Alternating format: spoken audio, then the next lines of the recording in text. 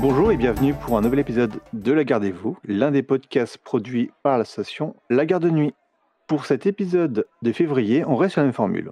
Nous interviewons toujours une personnalité de la grande famille de l'imaginaire pour connaître son rapport avec la saga du Trône de Fer. Aujourd'hui, nous sommes avec Briac et Guillaume de l'association Spoilers. Bonjour à vous deux. Salut. Salut. Spoilers, c'est une association et c'est surtout une émission en direct sur Twitch et en différé en podcast sur tout ce qui est séries TV, fantastique et science-fiction. Et je crois que vous aviez également un festival, je ne me trompe pas ?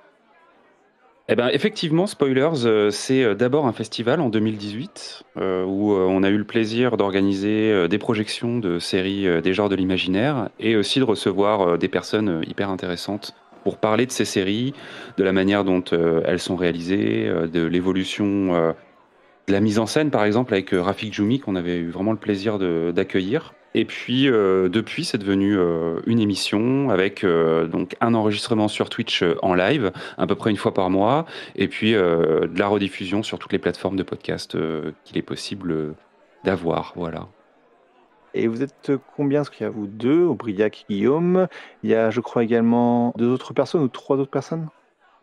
Ouais, effectivement, aujourd'hui, Spoilers, donc au-delà de Briac et moi, c'est donc CHP. Vous pouvez facilement retrouver sur les réseaux avec l'intitulé Ce bon vieux CHP, qui en gros est en charge de l'animation de nos émissions. Et puis, on a été rejoint depuis septembre par deux personnes.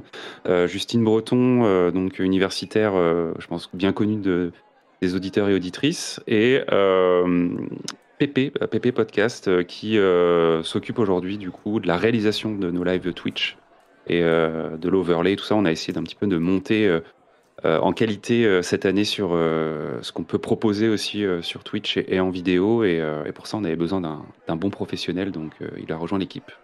Pépé Péremptoire, c'est ça ? Exactement, ouais, Oui, un très grand professionnel de niveau podcast et Twitch. tout à fait. Commençons par la première question, la très classique. Quel a été votre contact avec la saga ? Ça a été par le livre ou par la série ? Bon, Briac, pour commencer ?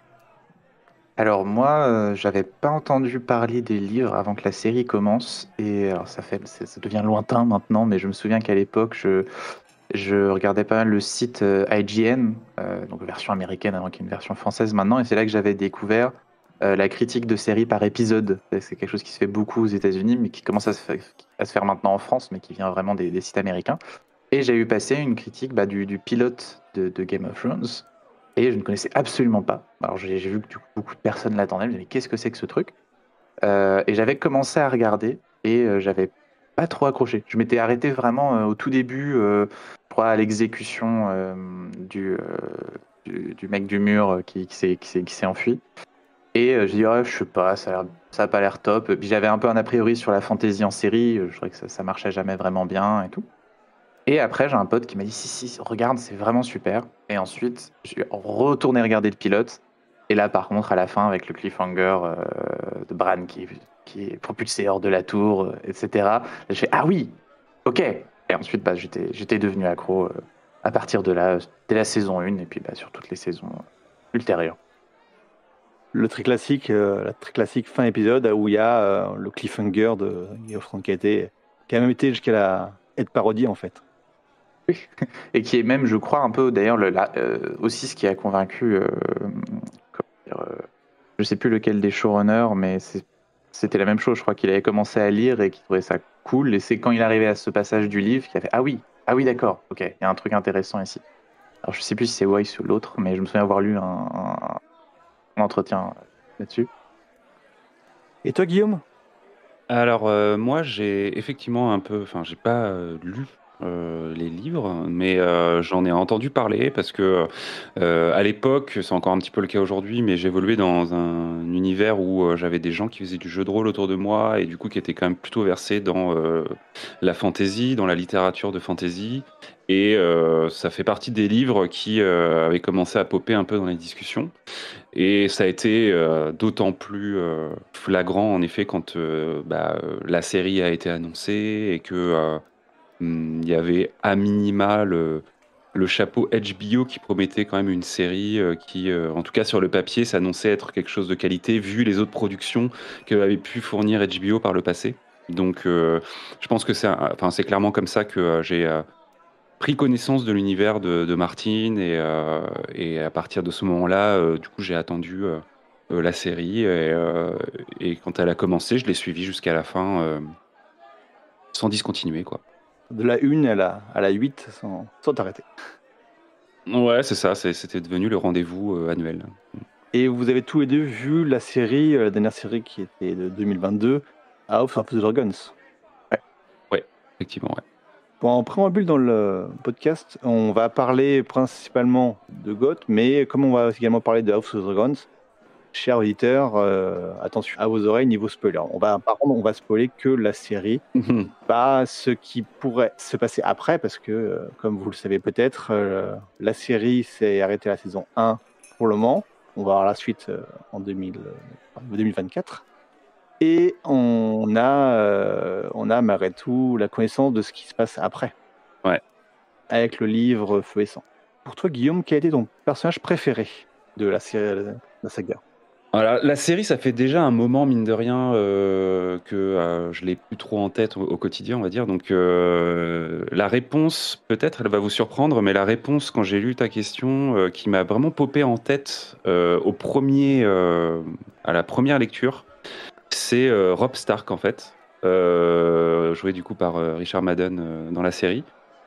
Parce que je crois qu'en fait, je me suis toujours. Bon, déjà, évidemment, les conditions de sa mort, la mort du personnage, sont éminemment occultes, avec le Red Wedding et tout. Donc, c'est quand même un moment qui est très très marquant, aussi bien dans les bouquins que dans la série.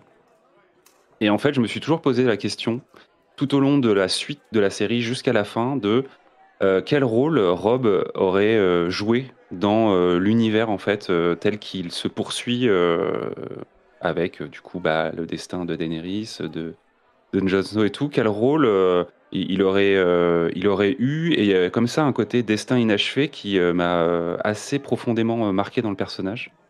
Au-delà de la pure injustice en plus de la mort de ses proches et tout ça quoi.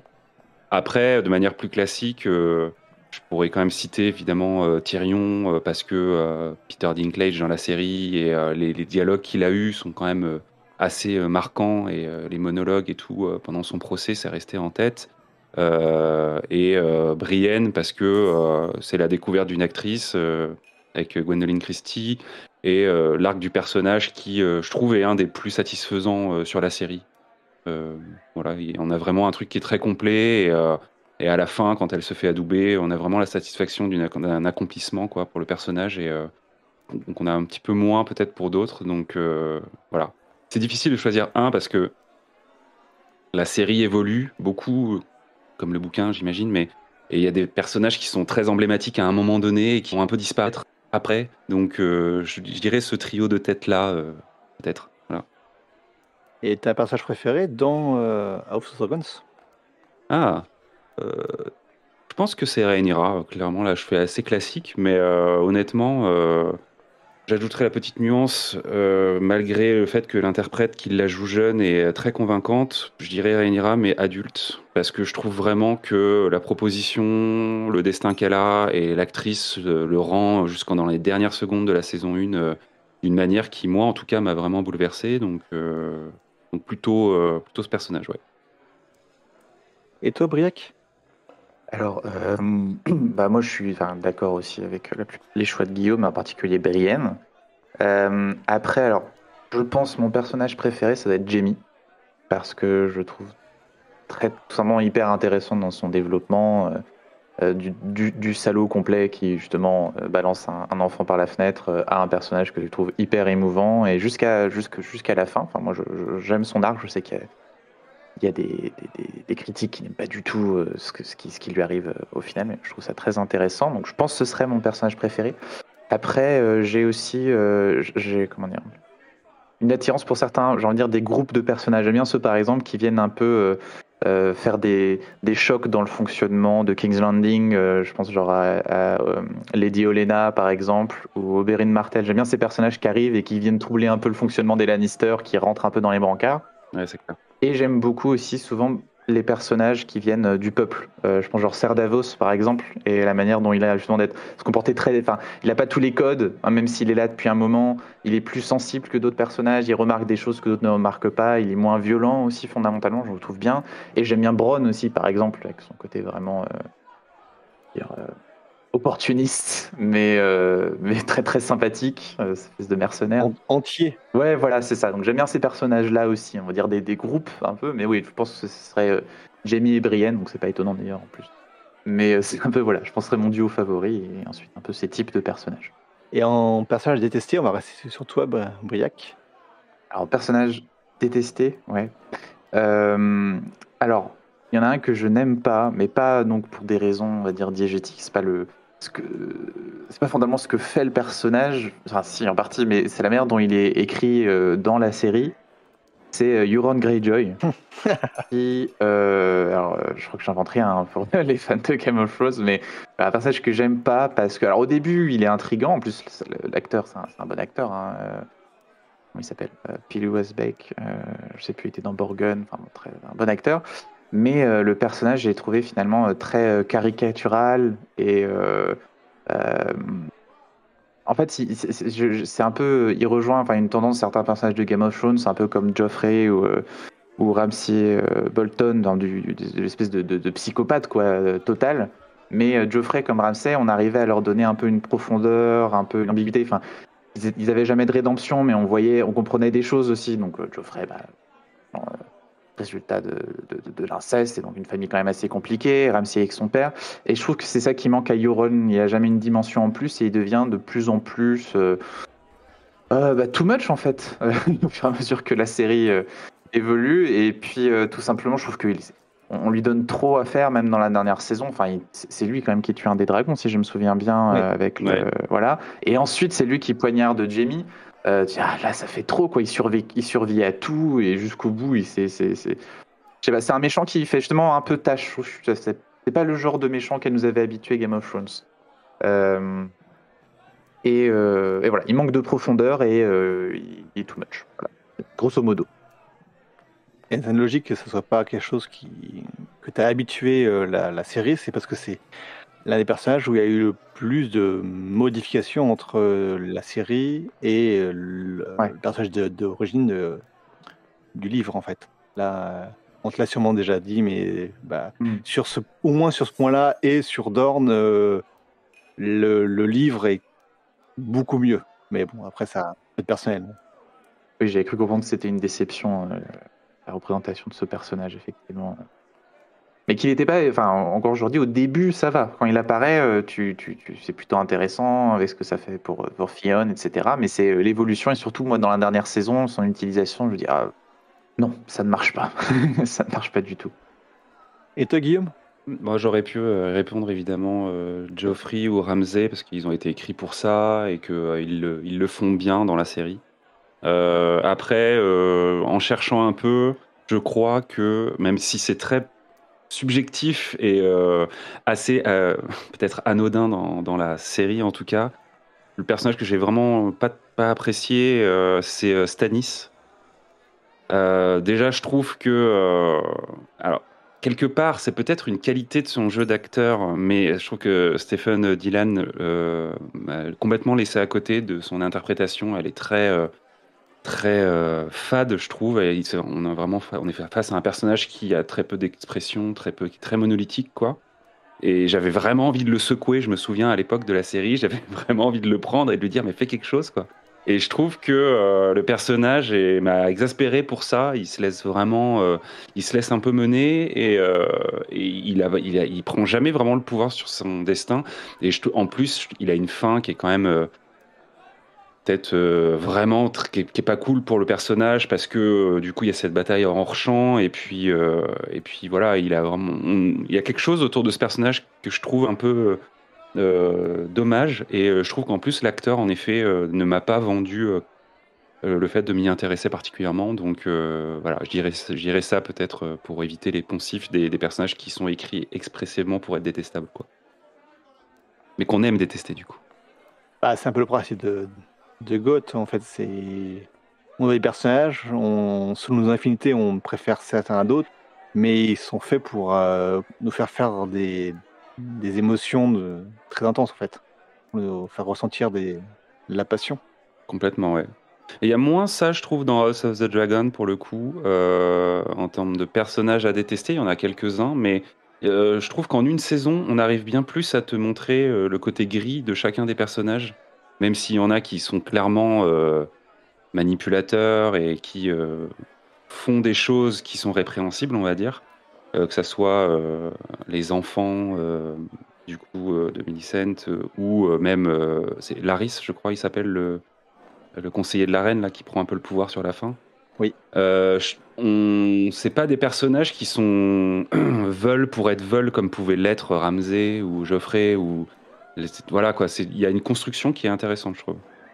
Je pense qu'il y a également beaucoup moins de personnages et donc ils sont construits de façon encore moins manichéenne. Et on a le temps on a le temps de les voir évoluer parce que c'est sur un arc de temps beaucoup plus important. Donc on voit l'origine de chacun en fait. Lorsqu'on voit l'histoire de Rhaenyra et Alicent jeunes, on les voit avoir des enfants et donc lorsque les enfants ont des actes plus ou moins répréhensibles ou acceptables niveau éthiquement, on voit pourquoi ils l'ont eu. Parce que même si il n'y avait pas la caméra sur eux, et ben en fait il y avait la caméra sur Alicent qui explique pourquoi ils ont ce comportement-là. Pourquoi Aegon est comme ça, pourquoi Luce est pareil, voilà.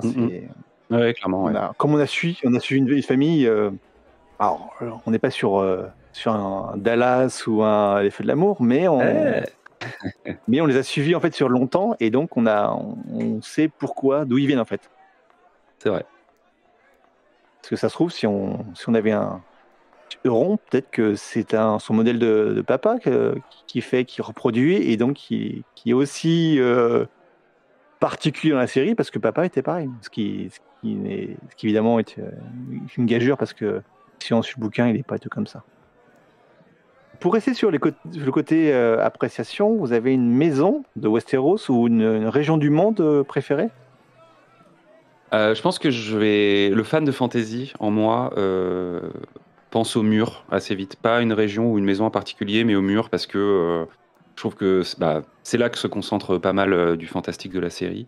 Et visuellement, c'était une vraie trouvaille intéressante. Ce grand mur de glace là, c'était assez nouveau, on va dire. Puis ça crée aussi plein d'enjeux en termes de mise en scène, de dramaturgie et tout. C'est cool. On y revient souvent. Donc voilà, au-delà de maisons en particulier, je pense que c'est ça qui me reste en tête géographiquement, dirons-nous, et en lieu. Après, on va pas se mentir, Dorne, ça a quand même l'air d'être un endroit meilleur pour vivre, quoi. Même si on le voit pas beaucoup dans la série. Alors, déjà, je suis d'accord avec Guillaume. Enfin, j'adore tout ce qu'il y a au mur et au-delà du mur, parce que jusqu'au bout de la série, je trouve que ça reste un endroit vraiment à un côté effrayant, quoi. C'est très angoissant. On ne sait pas exactement ce qui se cache dans la glace, dans la neige. Enfin, ça fonctionne toujours très bien, cet aspect-là du fantastique de Game of Thrones. Après, sans doute pas très original, mais bon, je vais dire King's Landing, pour tous les bouleversements qu'on y voit et l'importance que ça a, mais surtout, plus en fait, si je dois choisir une maison, je vais dire les Lannister, parce que je trouve que les Lannister, au début de la série, ont la situation dramatique la plus intéressante. Enfin, la relation entre Tywin, Cersei, Jaime, Tyrion, c'est de leur embarque, quoi. C'est incroyable le nombre de tensions, de conflits, de non-dits, de dits aussi, hein, ce que je peux dire Tywin à Tyrion, qui est là, et je trouve que c'est ultra riche, et la série quand même réussit à en faire des choses assez fantastiques jusqu'au bout avec ce groupe de personnages.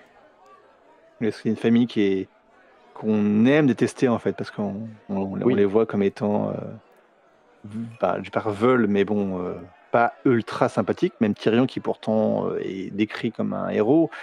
Et les premières fois qu'on le voit, que ce soit dans la série ou dans le livre, c'est dans des trucs qui sont pas ultra éthiques et sympas. Puis peu à peu, on voit une lumière, on voit quelque chose qu'on a envie de sauver et qu'on espère qu'ils vont réussir à conserver. Sauf chez Tywin, je pense que non, par contre. Après, en connaissant l'histoire de Tywin, qui est un peu plus triste, et pourquoi il en est venu là, oui, mais c'est pas un personnage que j'apprécie, mais c'est pareil, en s'intéressant à son histoire personnelle, on comprend un peu mieux sur pourquoi il est devenu aussi particulier. Avec ses enfants surtout. Il y a un problème de daddy issue, je pense. Qu'est-ce qui vous a fait accrocher à l'œuvre? On va rester sur ce Briac, l'œuvre série. Alors, tout simplement ce que j'évoquais tout à l'heure déjà, les twists, en fait, la manière dont la série joue avec, et donc ça vient du roman hein, bien sûr, mais des conventions, par le fait de faire mourir ce qu'on pense être le personnage principal à la fin de la première saison. Ce genre de choses, moi, m'a attiré complètement. Enfin, vraiment de me dire, ok, vous savez ce à quoi je m'attends et vous allez me donner autre chose, vous allez jouer avec mes attentes. Et c'est tout simplement quelque chose que j'adore, étant un grand fan de Lost, qui est un peu la série qui m'a fait aimer les séries. C'est quelque chose qu'on avait dans Lost, par exemple. Et voilà, cette capacité à comprendre comment fonctionne le spectateur et à jouer avec ça. Et aussi, j'aimais bien cette manière, l'esthétique de la série et sa manière de faire de la fantaisie, comment dire, un peu atténuée et d'avoir tous les aspects qui relèvent plus de l'imaginaire, un peu discret au début et qui monte peu à peu en puissance. J'aimais bien cette idée-là, en fait, de se dire, tiens, sur le temps d'une série, alors que par exemple dans un film, on va nous propulser parfois tout de suite dans cet univers et justement dans des dragons, dans des décors fantastiques. Ici, on va commencer doucement avec donc une inspiration médiévale, bon, pas forcément très réaliste, mais et faire rentrer peu à peu l'imaginaire au fur et à mesure de l'histoire et profiter du format long pour le faire. Et je crois que c'est ces deux aspects qui m'ont séduit. Et puis ensuite, bon, bien sûr, les personnages, quoi. Et toi, Guillaume? Le fan de fantasy n'a pas été très compliqué à convaincre. Comme je le disais tout à l'heure, clairement, j'en ai lu, j'en lis toujours, j'en regarde. Comme beaucoup, j'avais été marqué par Le Seigneur des Anneaux de Jackson au cinéma, mais aussi déjà plus jeune par Willow. Donc voilà, pour dire, j'avais même été jusqu'à regarder l'adaptation de L'Épée de Vérité en 2010 en série, qui est clairement une adaptation très cheap dans le genre de la fantasy. La première saison de Game of Thrones, c'est un modèle d'efficacité pour retenir le spectateur, quoi, entre les moyens qui sont visibles à l'écran, l'ouverture sur du mystère, là, tout de suite.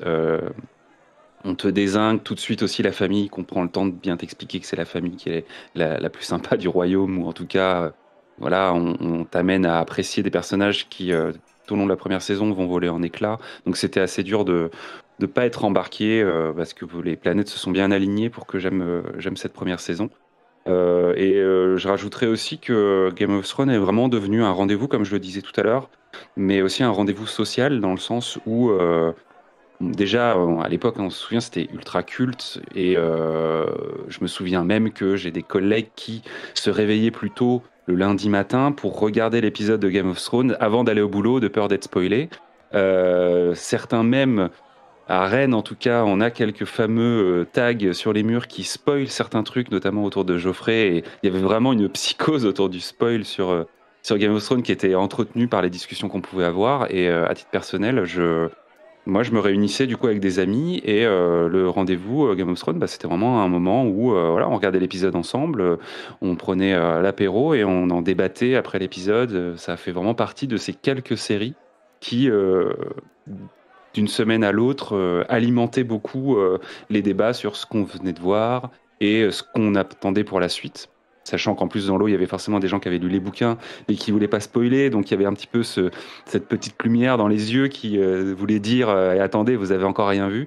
Donc, voilà, c'était vraiment un contexte que j'avais pas connu depuis Lost, pour être honnête, et que j'ai pas trop reconnu depuis. Donc, ça en fait un souvenir assez culte. Et voilà, j'ai accroché pour toutes ces raisons-là.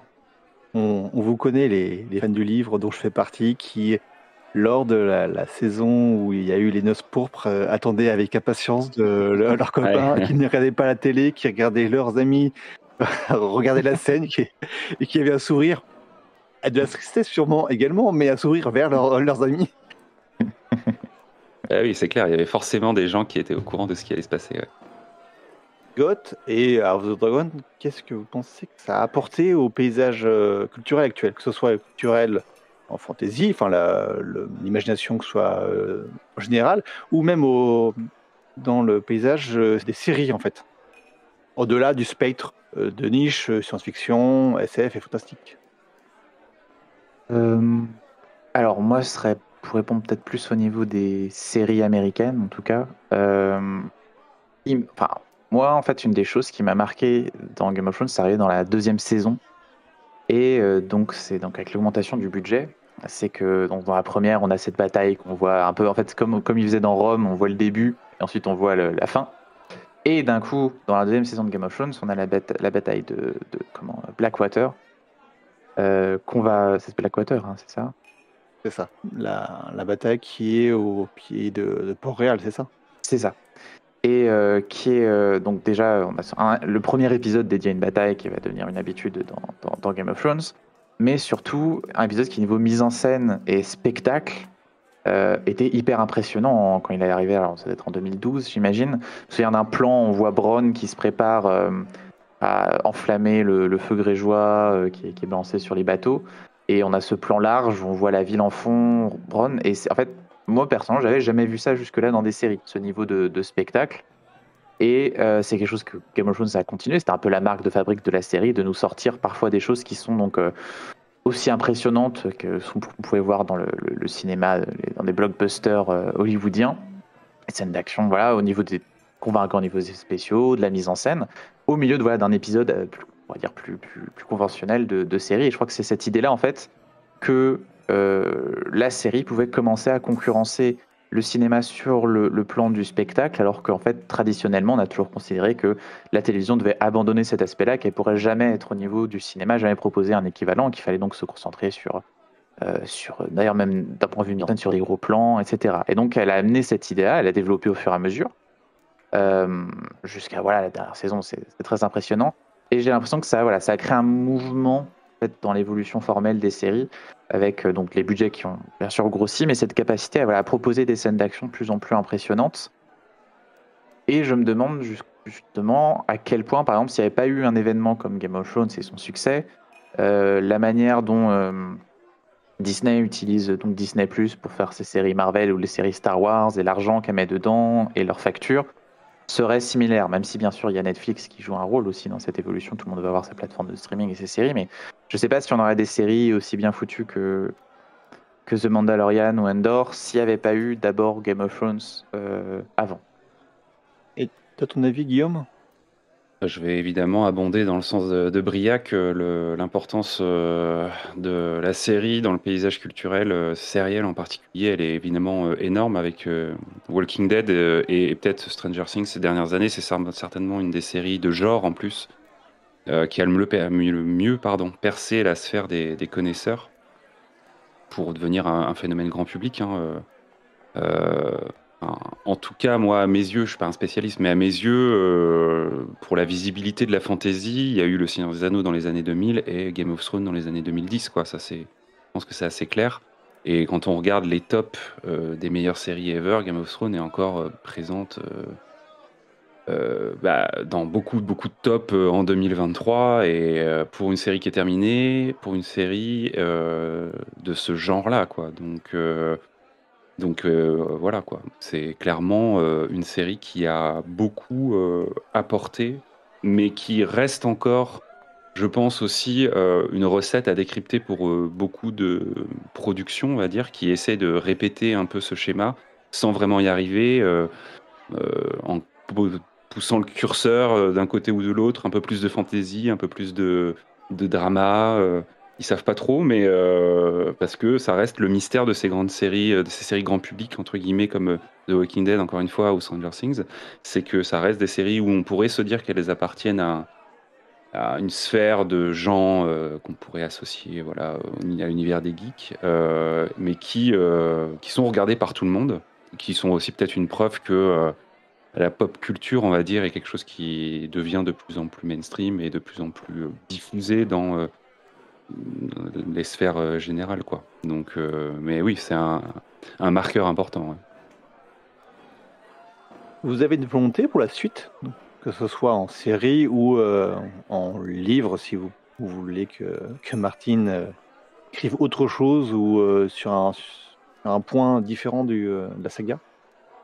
Bah, j'étais un assez grand supporter du projet de série The Long Night, là, qui a été annulé en 2021, qui faisait partie des premiers projets spin-off annoncés à Game of Thrones. Parce que je trouve que l'exercice de la préquelle, moi j'aime bien, mais je trouve qu'il est intéressant quand on remonte vraiment loin dans le passé, quoi.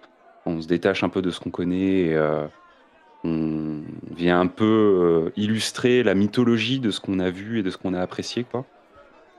Bon, ça n'arrivera pas. On a eu House of the Dragon à la place, qui remonte lui aussi dans le passé, mais de manière un peu moins lointaine et qui s'avère être hyper intéressante et hyper agréable à suivre. Globalement, j'ai apprécié Game of Thrones, donc l'univers euh, de Martin, moi j'ai envie de le voir plus, ça me déplairait pas. Après, un peu comme pour Star Wars, je trouverais ça bien d'aller explorer d'autres parties du monde, sortir un peu des mêmes dynasties qu'on connaît pour creuser des zones du lore ou des endroits géographiques qu'on n'a pas vus, mettre en place d'autres histoires que les mêmes choses que ce qu'on a encore aujourd'hui avec House of the Dragon, qui sont du coup des histoires de succession et de drames familiaux. Euh, ça reste la patte de Game of Thrones et de l'univers voilà, qu'on nous dépeint aujourd'hui dans les adaptations sérielles. Mais j'aimerais bien que s'ils continuent à développer des choses, on change peut-être un petit peu euh, de prisme par rapport à ça, d'ambiance aussi, et qu'on soit sur d'autres galeries de personnages, ça serait intéressant. Et toi, Briac? Et je suis tout à fait d'accord avec Guillaume. Moi, ce que je rajouterais, c'est que ce qui m'intéresse aussi, c'est de voir. En fait, l'univers de Westeros est tellement fort que je pense qu'il est vraiment très plastique au niveau narratif, c'est-à-dire qu'il peut accueillir d'autres manières de raconter les histoires que ce qu'on a pu voir dans Game of Thrones. Game of Thrones, c'était, on l'a dit, amplitude géographique, énormément de personnages. Et là, tu le rappelais tout à l'heure, Sébastien, que House of the Dragon, là, on a un ensemble plus restreint de personnages. Et on a par contre là une amplitude temporelle. On sait qu'on va être sur plusieurs, on est sur plusieurs décennies. Donc déjà ça c'est intéressant de voir. Ok, on va raconter une histoire un petit peu différemment. Et dans les projets, alors je sais pas si c'est toujours d'actualité, mais il y avait, ils voulaient adapter, je crois, donc une série de nouvelles, c'est The Tales of Duncanang, qui donc là promettrait une série qui soit plus autour d'un duo de héros et plus un peu d'aventure, enfin un rythme et un style un peu différent encore. Et donc moi c'est vers ça que j'aimerais que on s'oriente sur les spin-offs, parce que je suis curieux de découvrir le monde, de continuer à découvrir Westeros, mais aussi de le découvrir avec d'autres regards, d'autres manières de le raconter. Je pense que c'est ça qui m'intéresserait le plus, quoi. C'est d'avoir des séries très différentes de Game of Thrones au niveau narratif, en fait. Donc il y a Leg qui est encore au projet. Il y a un projet d'animation sur Tige. Tige, c'est quelque chose qui n'est pas du tout abordé dans la saga de série. C'est la partie orientale, extrême orientale de Westeros, au-delà de Westeros, et qui est un peu l'influence asiatique, chinoise de ce monde-là. Et après, l'un des projets qui fait le plus parler de lui actuellement, c'est Snow. C'est la suite. La suite, voilà, je vois vos MOOC, on n'est pas totalement sûr. La suite de GOT où on parle de ce qui se passe pour Jon Snow et qu'est-ce qu'il fait après. Alors d'accord, tu vois, c'est un peu l'inverse. Ouais, non, vas-y. j'allais dire d'accord, mais seulement si c'est un western dans la neige, quoi. Parce que il y avait le côté un peu 7 mercenaires dans les dernières saisons là, il y avait un côté un peu sympa de ça. Ouais. Mais sinon, ouais, bon là, on est vraiment dans la suite de quelque chose. On est dans les chaussons. C'est ça. La rigueur, si effectivement on place Jon Snow dans un contexte différent et qu'on va dans un autre genre d'histoire, peut-être que ça peut être intéressant. Je dis jamais non, mais après, personnellement, ma réticence, c'est que un de mes soucis avec la fin de la série, c'est qu'on se concentrait sur Snow et Daenerys. Or, je trouvais que Kit Harington et Emilia Clarke, c'était parmi les acteurs les plus faibles du casting, et du coup, ça pose des problèmes quand tout repose sur eux deux. Donc là, d'avoir de nouveau une série qui repose sur Kit Harington, je sais pas. À voir. Surtout que encore que Daenerys avait des choses à raconter, à la fin, Jon Snow, en fait, on a l'impression qu'il pédalait dans la small pour trouver des choses à lui faire faire ou les faire dire, en fait. Et puis il a une jolie fin, finalement. C'est une belle conclusion pour son personnage, ça marche bien, le voir partir. Ce plan où on le quitte, tu dis oui, c'est bien, on n'a pas besoin de revoir du Jon Snow a priori. Mais bon, on sait jamais, ça peut être très intéressant. Mais ce qui est marrant sur ce projet-là, c'est que tout le monde a une idée de qu'est-ce que ça pourrait être et qu'est-ce que ça sera, ce qui est souvent malheureusement différent, mais qu'est-ce qu'ils aimeraient, c'est le côté, je crois que c'était dans mon présent épisode, il y avait le Trooper qui avait parlé d'un Jon Snow qui doit sauver Westeros parce que Bran est devenu ultra evil. Ouais. À la rigueur, quelque chose qui creuserait, parce que c'est vrai que peut-être une déception. Bon, je reviens sur les choses que vous avez sans doute déjà abordées beaucoup dans le podcast, mais peut-être une petite déception, enfin une des petites déceptions moi, de la fin de la série, c'est de ne pas avoir creusé un peu plus la mythologie des marcheurs blancs. Même si c'est bien qu'il reste mystérieux, ça peut être l'occasion de rajouter des choses là-dessus, d'aller avoir d'autres détails, peut-être de voir ils sont pas tellement perdus. Enfin, je sais pas. Mais il y a peut-être quelque chose à faire là-dedans parce que c'était un des aspects très forts de la série jusqu'à la fin, peut-être, et qui s'est un peu évaporé sur la dernière saison. Ça aurait été quelque chose qui aurait été abordé lorsqu'il y avait le projet de la longue nuit. Sûr. Et ça intéressait beaucoup de monde parce que là, c'est quelque chose qui est complètement inconnu, enfin inconnu, très grandement inconnu. On connaît certains protagonistes, mais c'est très flou en fait.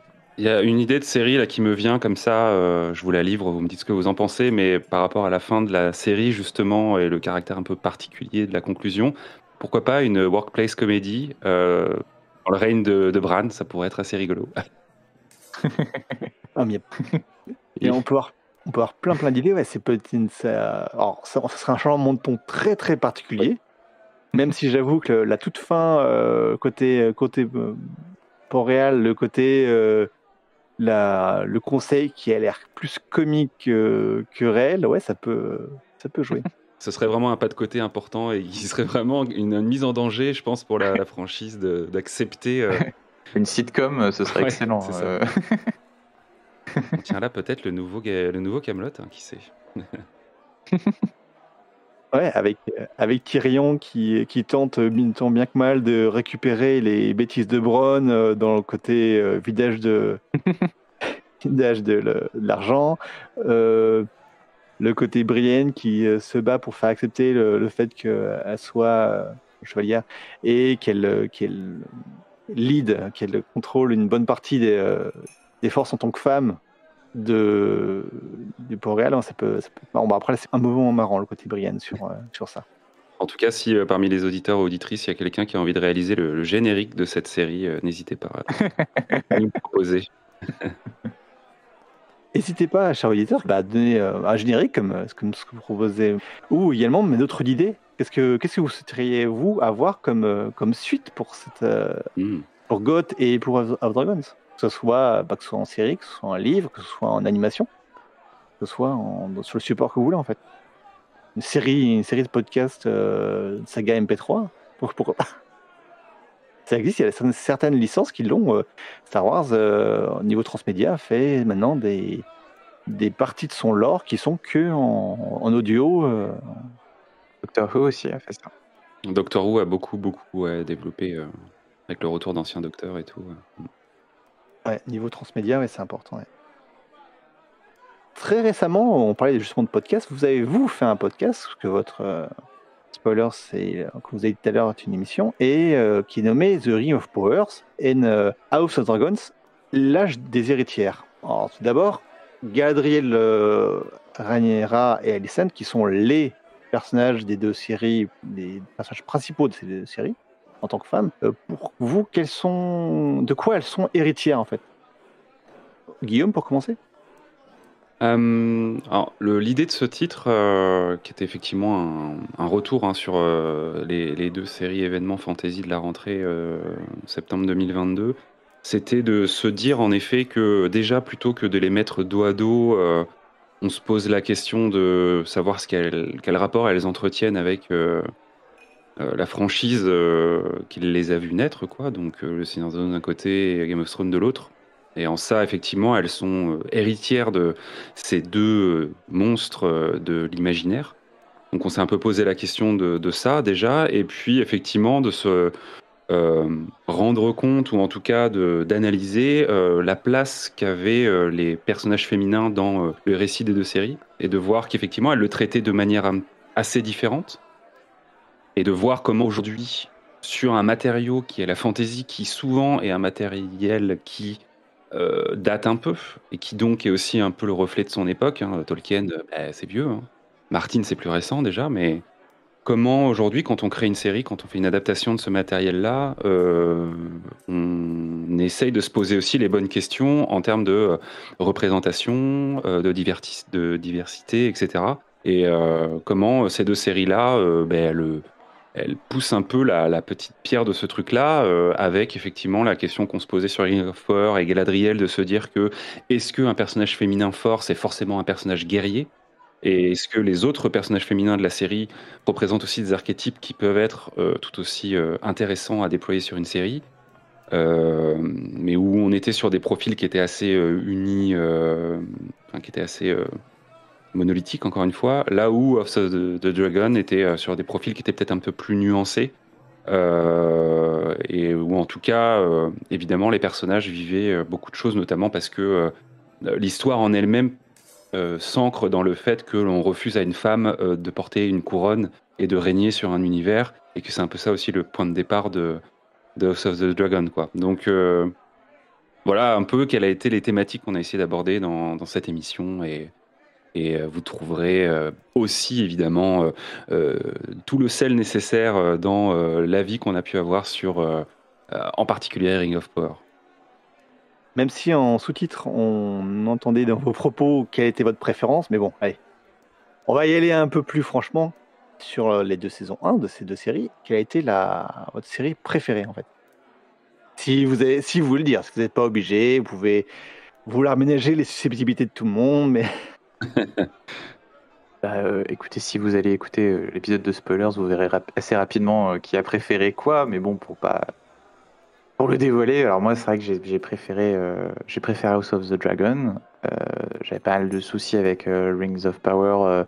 Alors, plus la saison avançait, plus j'avais des problèmes que j'ai détaillés pendant l'émission, mais j'ai préféré House of the Dragon. Mais alors attention, je pense quand même qu'House of the Dragon a encore beaucoup de petits défauts. Il y a encore beaucoup de choses totalement imparfaites dans la série. C'est juste que, oui, peut-être plus, j'attendais plus chaque semaine les épisodes d'House of the Dragon, mais cette première saison est quand même pour moi très en deçà de la première de Game of Thrones encore. Il y a encore beaucoup de choses à faire avant d'arriver à ce niveau-là, mais la série peut sans doute y arriver. Et toi, Guillaume? Ouais, je vais faire une réponse de Normand parce qu'il n'y en a pas une que j'ai détestée et une que j'ai adorée.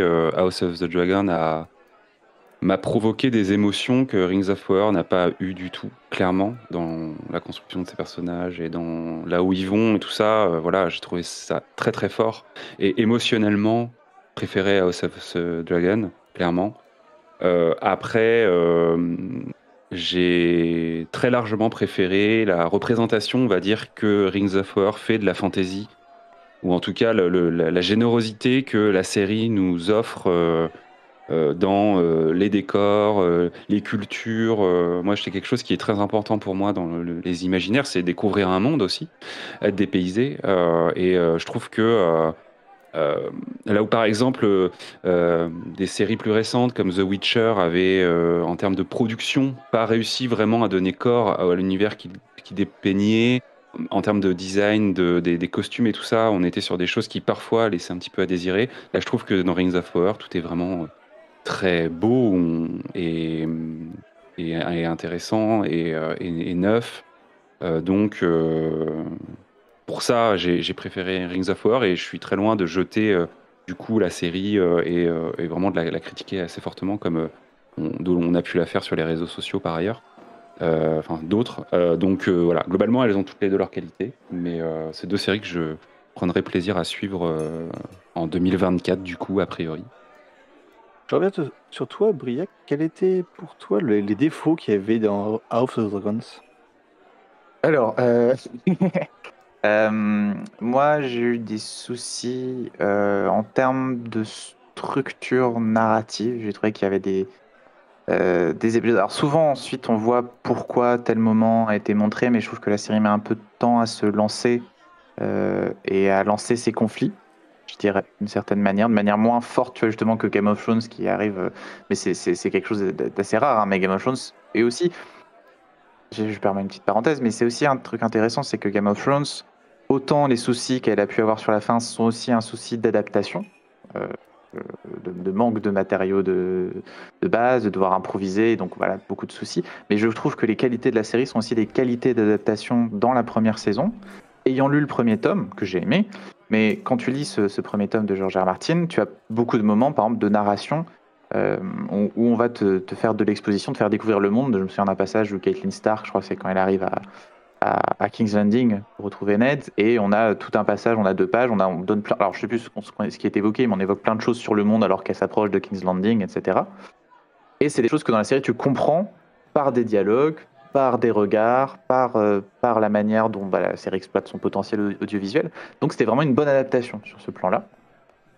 Et House of the Dragon doit composer avec le fait que son matériau de base n'est pas un roman exactement, donc c'est plus compliqué au niveau de la structure dramatique.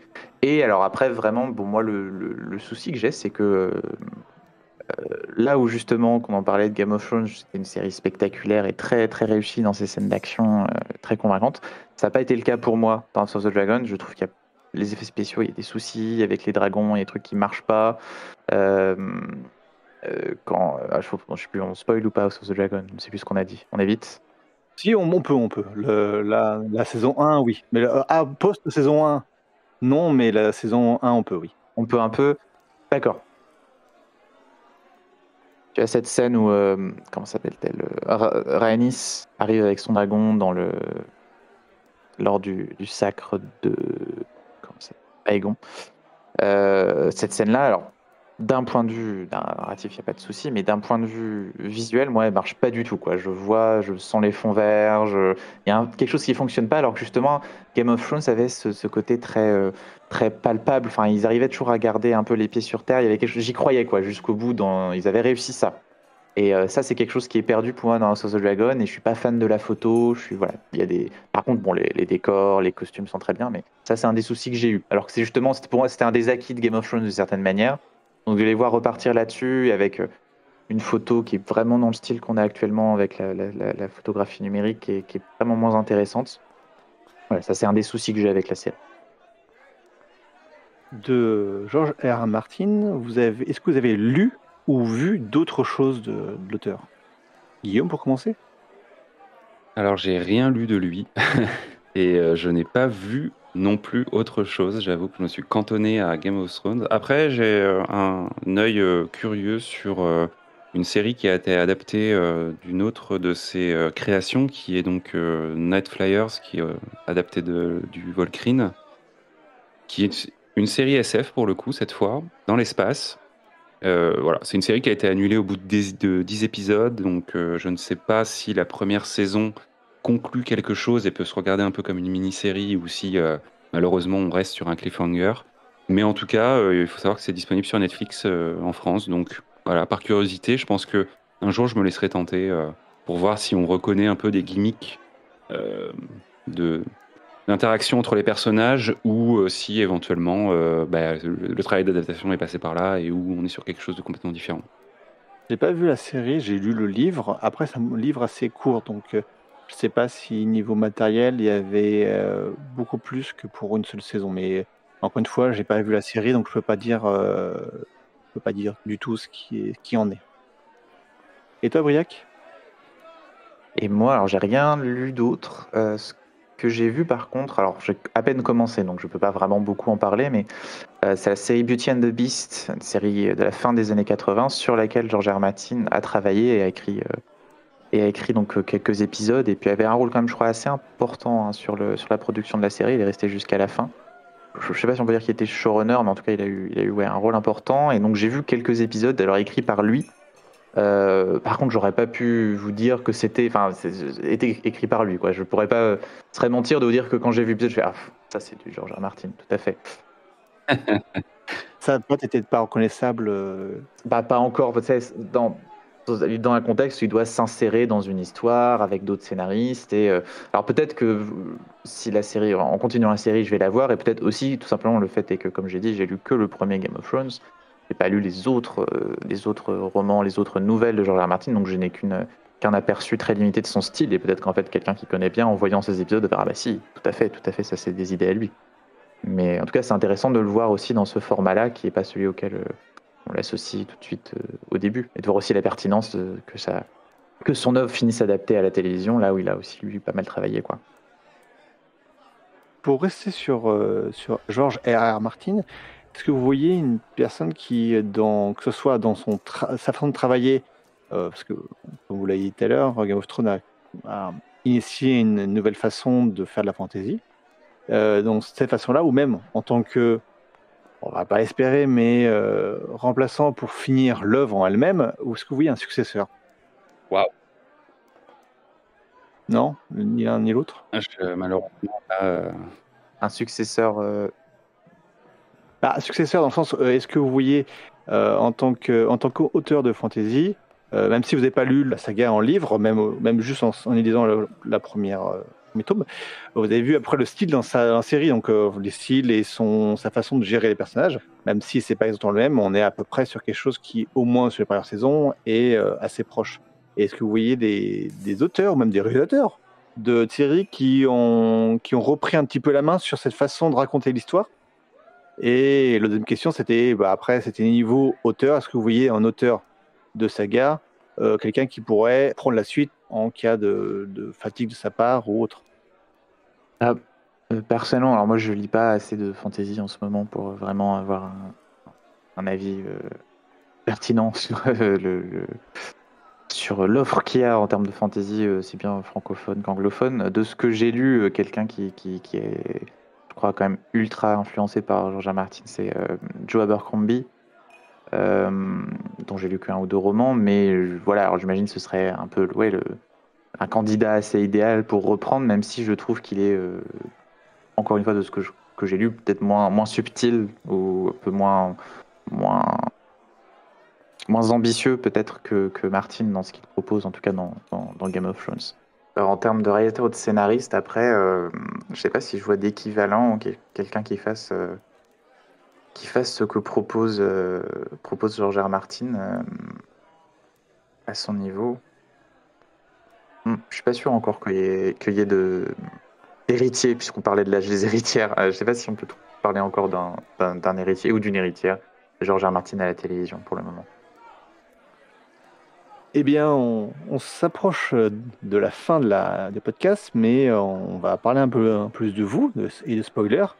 Vous avez une actualité, que ce soit personnelle, vous l'un comme l'autre, Guillaume comme Briac, ou en tant qu'association spoiler. Alors côté spoilers, tu l'as dit effectivement, en début d'année, on a sorti donc notre émission sur House of the Dragon et Rings of Power, voilà, à retrouver sur les plateformes de podcast. Et puis dans les semaines qui viennent, assez vite maintenant, on pourra nous retrouver très très très probablement à l'Ouest Hurlant, le nouveau festival des imaginaires à Rennes, pour lesquels on aura très certainement une participation à divers degrés. Ça reste encore quelque chose à construire, mais probablement une émission en live sur le festival. Donc on pourra se retrouver là-bas pour les gens qui passeront par là. C'est un super festival qui, pour sa première édition, avait déjà mis les petits plats dans les grands. Donc perso, j'ai assez hâte de voir ce qu'ils vont faire sur la seconde édition. Et puis sinon, on va continuer d'enregistrer de manière mensuelle une émission tout au long de l'année 2023. Donc restez au rendez-vous de ça. Après, on va traiter évidemment de tout un tas de sujets différents, du fantastique à la science-fiction en passant par la fantasy. Donc on ne sera pas dédié principalement à peut-être votre sujet de cœur, mais parfois faire un petit pas de côté peut aussi permettre de découvrir d'autres univers et des choses qui pourraient éventuellement avoir un lien thématique ou dans l'exécution à Game of Thrones. Donc n'hésitez pas à nous rejoindre. En plus, on est toujours assez fan d'échanger avec les gens pendant nos enregistrements sur Twitch. ça nous alimente vachement dans la manière dont on voit les séries et comment aussi les autres les ont perçues. Donc c'est toujours un moment qui est assez agréable à passer. Sur l'Ouest Hurlant, on sera également la garde de nuit présente et on pourra, je pense, également vous accueillir, chers auditeurs, et sûrement croiser Spoilers pour discuter des visus avec. Et toi, Briac, l'as-tu été?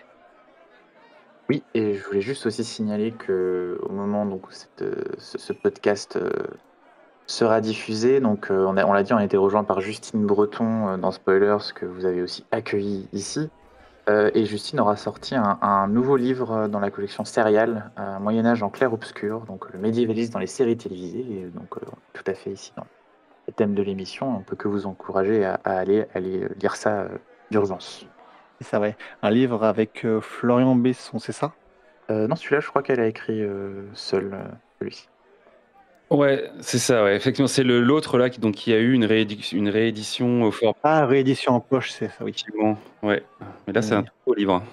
Donc, ouais, il y a la réédition en poche qui a du livre qu'elle a fait avec Florian Besson et le livre que tu as cité, Briac, qu'elle a écrit seule. Je vous invite tout le monde à lire ces livres. En parlant de lecture, vous avez un conseil lecture ou visionnage? Briac, pour commencer?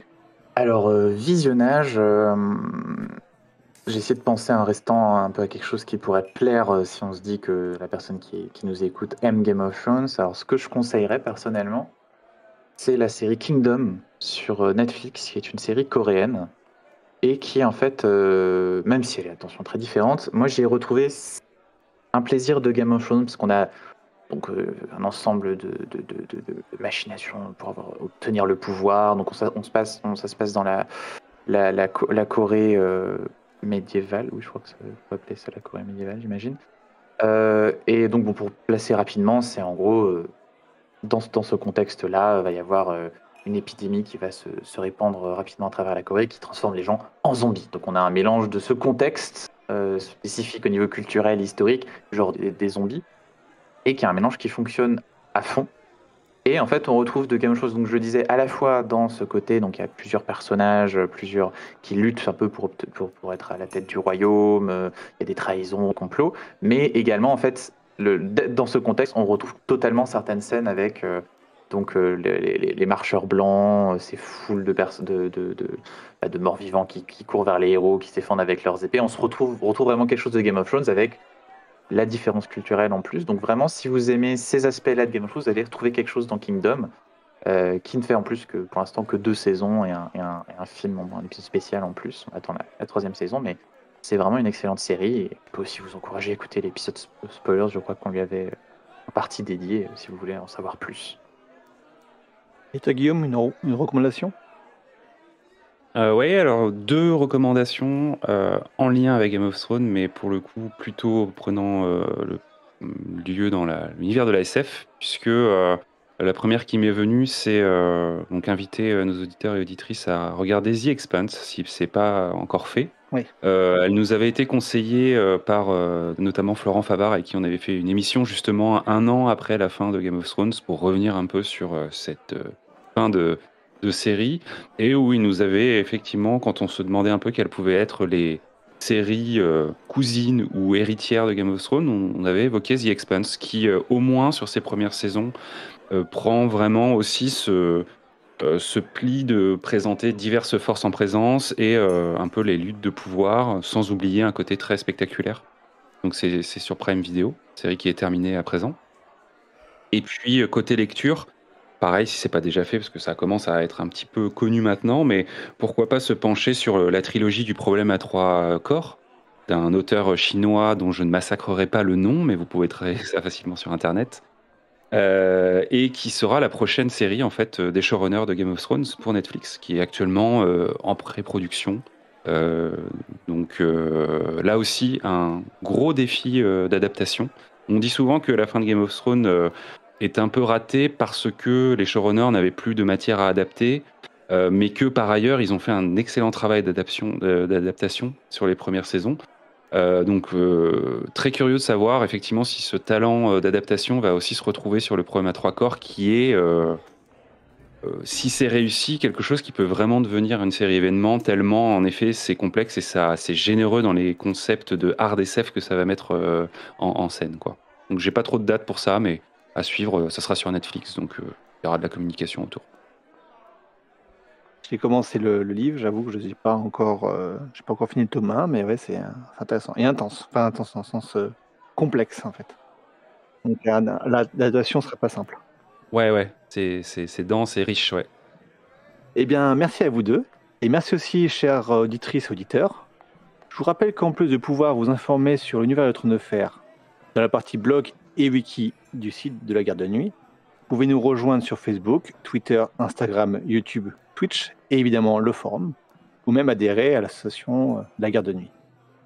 Je vous invite également à écouter et à aller voir nos deux invités et ses collègues de Spoilers, donc que ce soit leur Twitch ou leur podcast. Et nous concernant, à lundi prochain pour un épisode de La Chandelle de Verre avec Weather, et au 27 mars prochain pour l'épisode 9 de La Gardez-vous. Et en attendant, n'hésitez pas à écouter ou réécouter les épisodes précédents de La Chandelle de Verre, de La Gardez-vous, et bien évidemment le format principal, Le Son du Mur, qui est actuellement présenté par Chris et qui fait une rétrospective sur les Feux Noirs, qui a commencé en janvier, qui finira, je crois, au 4e épisode en avril. Merci encore à vous deux et à bientôt. Merci à toi, salut. Salut.